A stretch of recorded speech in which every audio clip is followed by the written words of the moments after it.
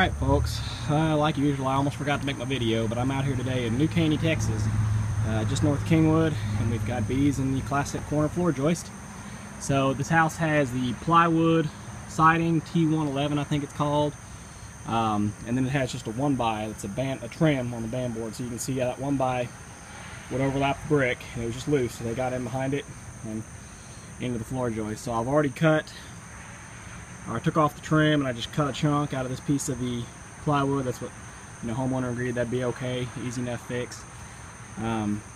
So we're fixing to pull these nails here and then make a cut up that joist to open up the band board here. So see, the bees are flying pretty good, and good little glob of them in there underneath. So far they've been nice, no stings. A little bit flighty as I'm working, which is understood.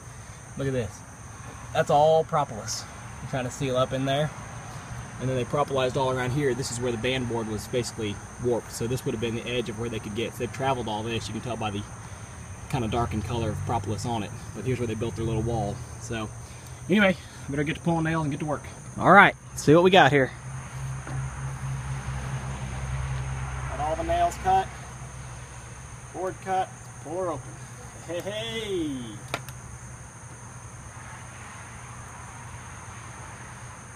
Well, not what I would normally want to see, but I'm glad I took the time to cut that second joist like I did. We'll lay this down.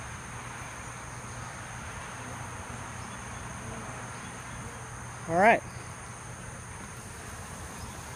So, that's all I can see.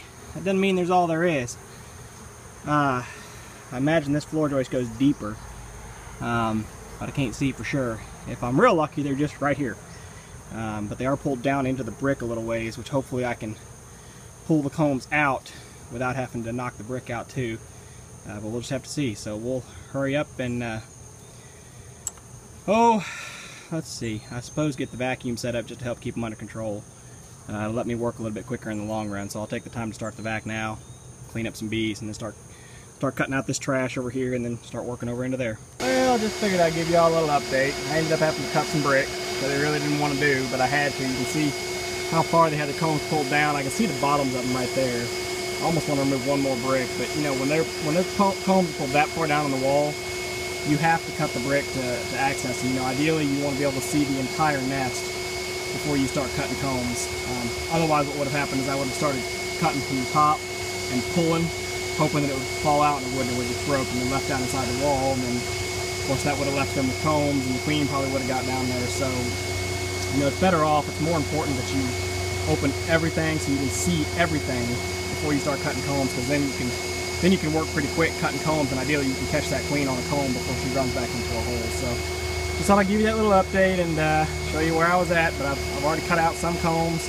Haven't seen a brood nest yet. I see what looks like maybe that could be the brood nest, but it looks a little empty. They had a lot of empty honeycombs, so I'm wondering if maybe they didn't swarm recently, and maybe they've got a new queen here that hasn't really got up to the level of cat brood yet. So we'll just keep working and see what we find. All right, well, this is definitely what I did not want to find. Combs wrap around the corner and go down inside that wall as well. You can see brood nest, quite a bit of cat brood there, so that's a good sign as far as the health of the bees. But yeah. It means I got to start knocking out some more brick and cutting some more trim, so I'll go ahead and get that done. It'll be nice I shut the vacuum down so you guys could hear me a little better, but yeah, had to take out a rather sizable, a lot more. Had to take out a lot more brick, which sucked, but it only took about 20 minutes or so. You just hammer along the grout lines and it pops right out. But yeah, good little sheet of brood nest right there. Some more honey up here, and again they've still got the combs that are in there. I just don't know how far in those go. I got this stupid light fixture in my way. I do believe it's hot, or I'm going to treat it like it's hot, so I'm trying to work around it, work around the wires. But a lot of bees clustering up, hanging off the bottom of the combs down there, which I don't like because I'm afraid the queen's down there somewhere. So I'm trying to give them some gentle smoke to get them run back up out from inside the wall. Yeah, back to cutting combs. Bingo! I got my queen. Gotta tell y'all, I was really starting to get worried. This corner floor joist is rather complicated actually. They have a like a tic-tac-toe board. You know, normally I find one cavity and that's it. This thing won't focus. I find one cavity, but in this one you've got a cross brace here, cross brace there. This one's actually your main board. So this is a cross brace, little short board.